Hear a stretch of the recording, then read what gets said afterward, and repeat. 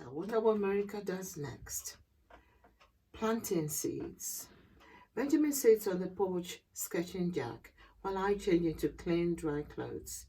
Then he insists I come to his house for a meal. It's just the other side of the field, so I know I won't fade. But I can't help checking my hands as I walk across the grass anyway. Benjamin's father's nice. He shakes my hand and tells me Benjamin has told him all about me. Then he makes us tea, and we sit drinking it in a warm kitchen while he cooks for us all. Benjamin shows his father my house through the window and tells him I'm here on holiday. His father stares at my house, stroking his chin in confusion. "But how did you get here?" he asks finally. "It walked." Benjamin winks at me and I smile.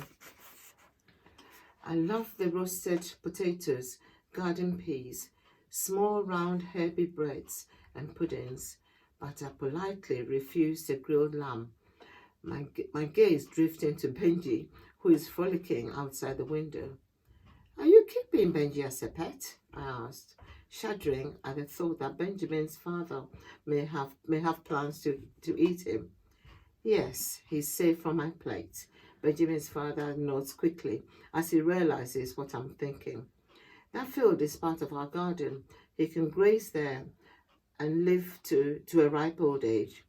"I didn't know it was your field." Heat rises into my cheeks as I realize the house has settled in their garden. "I'm sorry about the house." "It's fine." Benjamin's father rushes in. "You can stay there as long as you like. We don't use it for much. There are just a few growing beds around the edges. Would you like to see them?" The afternoon whizzes past. Benjamin and his father show me the freshly turned earth of their vegetable patch, surrounded by potted shrubs and herbs. Insects dance over a small wildflower meadow, and a tangled row of bushes is alive with birds. Nina would have loved this place.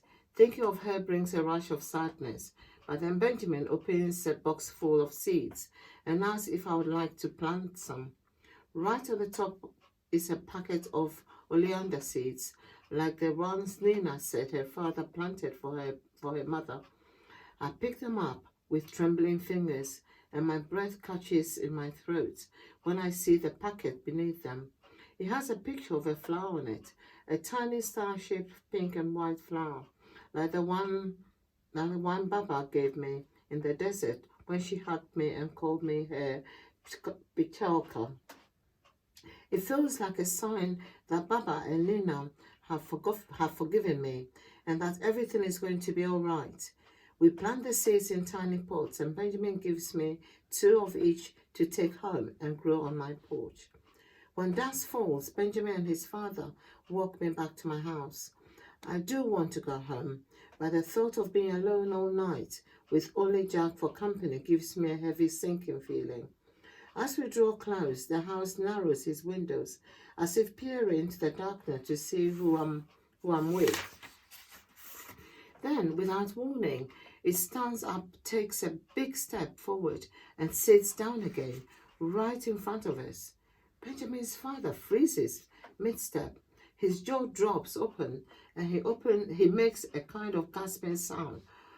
"Whoo," he stammers, and looks from the house to me to Benjamin.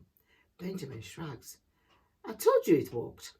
We help Benjamin's father into the house and sit him in front of the fire, pale and cold with shock. He doesn't speak again until he's warmed up with a hot drink. Then he asks question after question. There's not much I can say other than the house has legs, it's alive, and takes care of me. I tell Benjamin's father that by showing its legs, the house is trusting him and Benjamin with a big secret. Benjamin's father says he understands the importance of this and even makes up a story about me being Benjamin's cousin to tell the other villagers. But when he realizes I'm living in the house by myself, he doesn't want to leave me on my own. It takes a while to convince him I'll be fine. Finally, he agrees to go when I promise to come over for breakfast in the morning.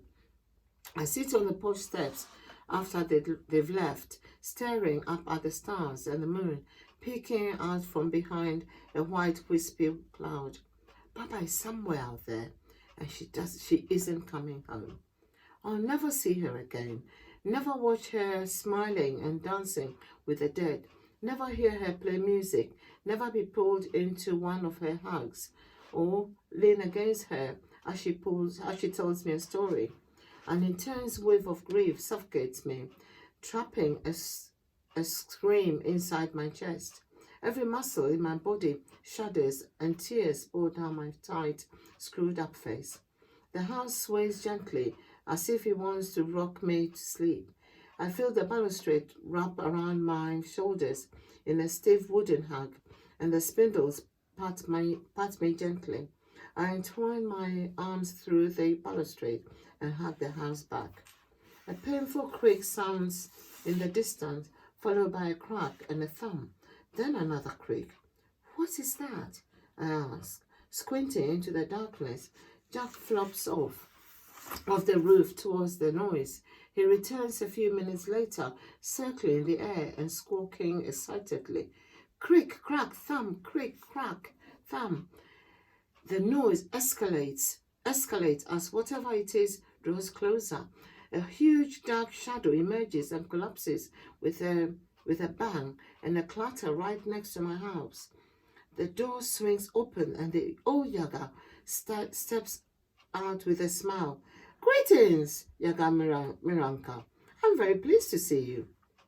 Your house. I stare at her broken, crumbled house. Its legs are cracked, its roof and windows sagging. It's been a long walk. There were a few times I didn't think we'd make it. The old Yaga looks up at her house with a mixture of sadness and pride. You did well. She puts the balustrade steps off her porch and strides towards me. Why did you come here? How did you know where I was? The thought of her house struggling all the way here and arriving in this state just so the old Yaga would see me makes me burn with guilt. I hear the whispers through the gates, remember? She sits down on the top steps next to me and smiles. I heard a pretty big splash when you fell into the black ocean. I look away, blood running into my cheeks. Oh, don't worry. The old Yaga waves my guilt and shame away. Some mistake you have to make for yourself. I'm just glad you got home safe. It's that splash that interests me. Why? I look at her in confusion. She leans towards me, her eyes sparkling. The dead float to the stars. Only the living make a splash. Breath flutters into my chest, and I feel it in an entirely new and different way, as cool air rushing into real, live lungs. But that's not possible, is it?